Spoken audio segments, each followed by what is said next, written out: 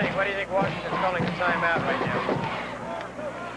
I think the main thing that they're wanting to do with the third down is try to get the ball back. Pretty young thing. A pretty good crowd here tonight. Washington came out in large numbers supporting the Wildcats. You know, I'd say I don't know if you'd get on a soapbox, but to me, for a high school football team to go through several years without a football stadium is just unfair to the kids, and I realize there are all sorts of financial obstacles before Washington to be overcome before Washington gets its own field. But you know, a kid plays 4 years of high school football and never plays on his own field. He's missing something. He's missing a very important part of what he should be getting out of football, I think. You're right. It is some real obstacles to get the money to build a stadium. It costs an awful lot. But I know that our superintendent is concerned about that. Just like you said, it's not fair for one school to not have them, and I hope that someday Washington will have their own stadium. 40-yard line. Someday soon, I'd hope, as punt comes down to the 41-yard line. First and 10 for the Wildcats. 34-yard punt by Hackett.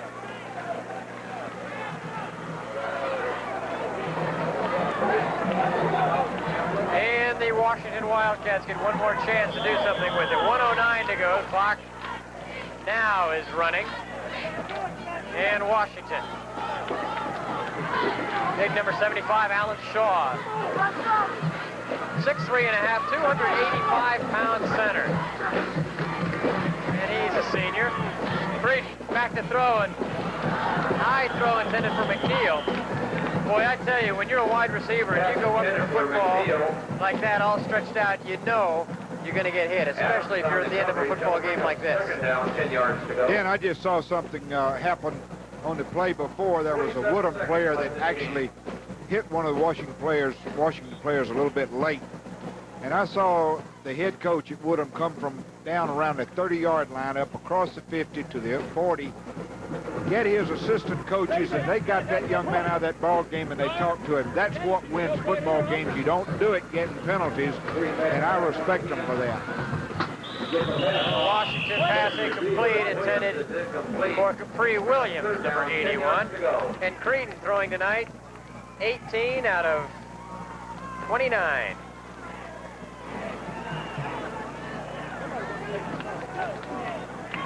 And it's a 3rd down and 10, 40 seconds to go. Woodham, offensively, you know, they're doing some things that they haven't done in the past. They let the quarterbacks call the play at the line of scrimmage.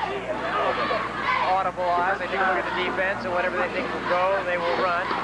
And they have the quarterbacks who are smart enough to handle that. Dickens, who's been in the system 4 years, who can handle it. Pass is intended for Colbert. Broken up triple coverage back there, and it's Blankenship who got his hand on it. Real good defensive secondary coverage by Woodham. But the Titans running on offense, they go ahead and call the play at the line of scrimmage, and when you do something like that for the first time, that's not easy to do, and maybe some of their offensive problems early in the year, if they had any offensive problems, in fact, they scored 21 points on Escambia, which has a better defense than a year ago. They scored 21 points on Milton. But if they had them, they may have been caused by that. They had a few more penalties and turnovers than they have had in the past. But they seem to be getting things together now. They are an explosive football team. They are, Dan, and they're going to be right there when it's all over. They'll be right there at the top. 4th down and 10, and Washington goes for it. Green, his 31st pass attempt of the night. It's caught by Colbert, but he's brought down short of the first down. Blankenship again makes the stop, and he's made a lot of those. Also there, Larry Brewer on the coverage, and Tolbert picks himself up off the turf wearily, and it's been a long night for the fine junior running back. He's carried the ball just 7 times tonight for 25 yards. They've thrown in his direction a lot. He has caught 4 passes tonight, and he's played defensive end. And so it's been a long night for Chris Tolbert, but hats off to him, and Woodham. It looked to me like they're trying to throw the little hitch pattern to the wide receiver, and he was going to pitch to the man coming out of the backfield, Alonzo Anderson, number 22 now. Number 22 in the white jersey, Alonzo Anderson. He was the kid who was injured, the great defensive back. They had him in there on the last play. He's not yet 100%, but the Titans seem to be 100%. 28-6. They got off to an early start and really made an easy game of it. The Titans, big winners over Washington tonight. We'll be back in a minute.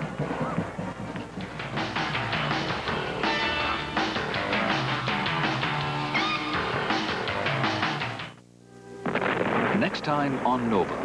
In the beginning, the whole universe could be described by a single all-embracing law. As time passed, the simplicity vanished.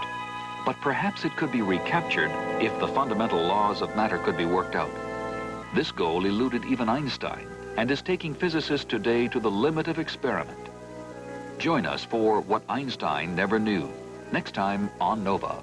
Tune in Tuesday evening at 8 for Nova.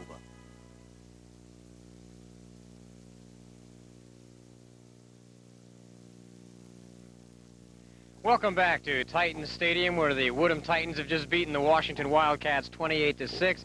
Jet, the Titan offense has really gotten going. Jason Hawkins, 152 yards on 12 carries. They look like they're ready to go. I think the Woodham football team is ready to roll now, Dan. I really thought that Washington would come in here and challenge them, and they're just a few miles apart, the two schools. They're out here in northeast Pensacola, both of them. But Woodham has really improved since we saw them the first game of the season, and I think they're ready to roll now. I think Coach Armstrong at Washington is putting things together. It's just not quite there yet. Darrell Creedon for Washington completed 19 passes tonight for something like 247 yards, so they did have some bright spots offensively. Woodham with the big runs, Hawkins scoring from 52 and 57 yards, Ronald Haight from 65 yards. Each team added a touchdown after that. It was Riley scoring for Washington and Cesar Jones scoring for Woodham. 28-6 the final score. Next week, we will be back in Milton, where the third-ranked Milton Panthers in 4A take on the state's number 2 team, the Tallahassee Leon Ball Club.